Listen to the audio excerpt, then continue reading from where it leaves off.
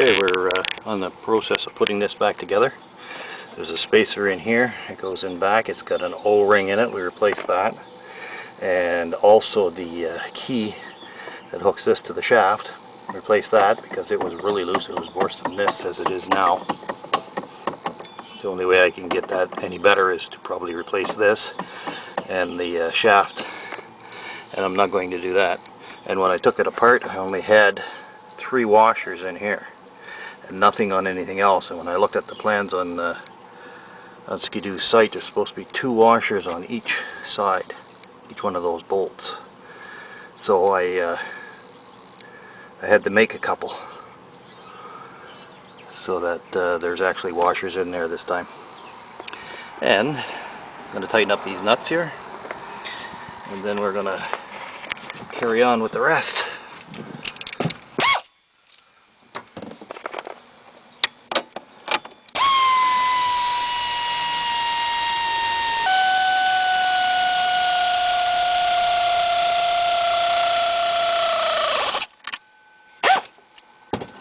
There, now we're going to get some more parts in there, and I'm going to finish tightening those by hand just to make sure I don't break them or get them torqued too much. I don't know what the torque specifications are, but I guess if they're tight, they're tight.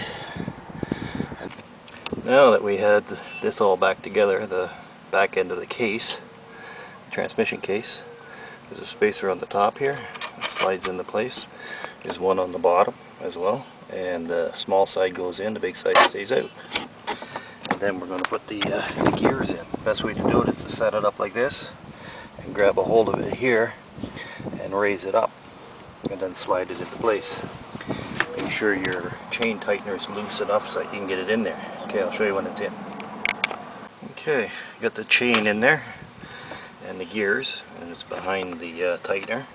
Next we're going to put this reverse gear on. It goes on the bottom there. Just like that.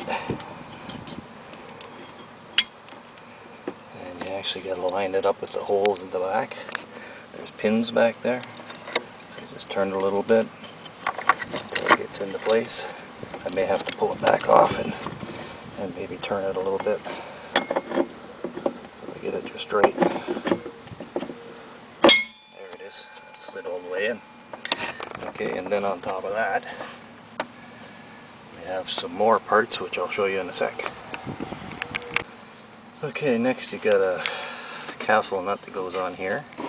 Down here you got a pin, runs some more gears, and it has a little, it's been keyed, so make sure you get the key in place. And those gears go on top of that. Right there. Next thing will be this gear here. It goes on that shaft, goes in behind the chain. There's a good chance I may have to pull that pin out again and slide everything in all at the same time. If I can do it here, I don't know.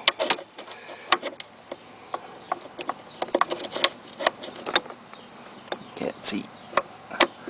Alright, now turn your pin until your key goes into place.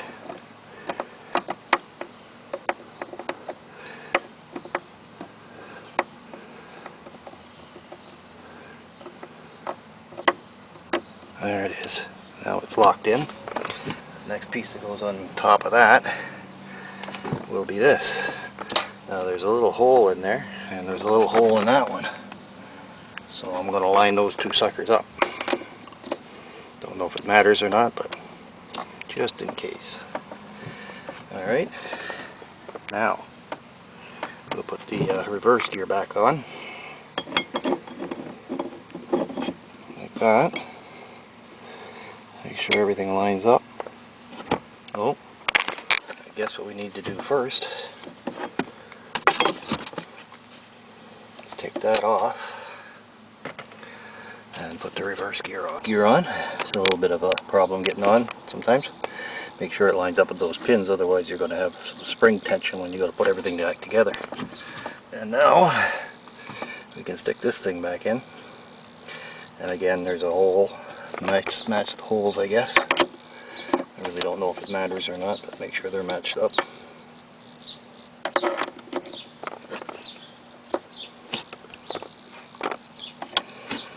that.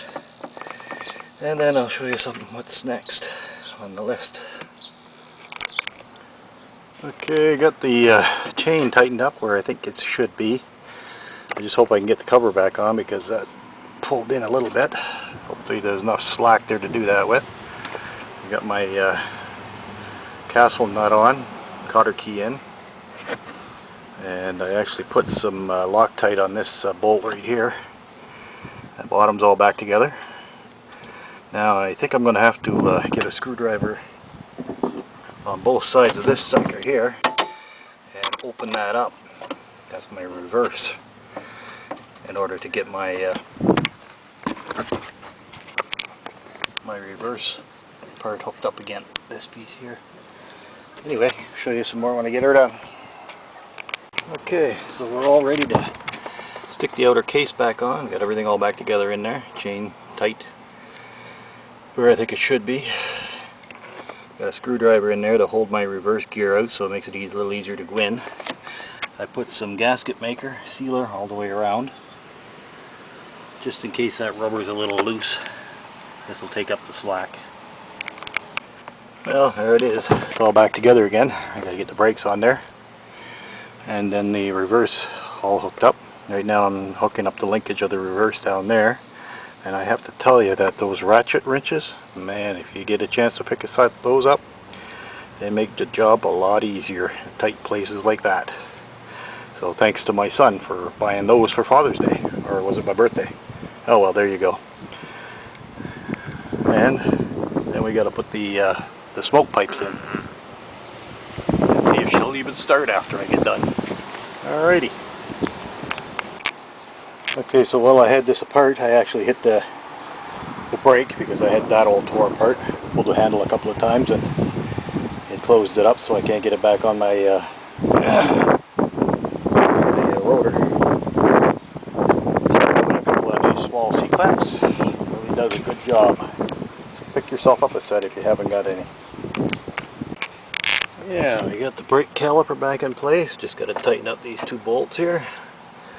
And that'll be in place, and then we'll hook this rod up for the reverse. Then I guess we'll stick some oil in the transmission. Put the smoke pipes on. And I guess we gotta put the trolley underneath there too. It's been quite a project, but I think with the new bearings, things should work a little better. And seals. We'll see anyway.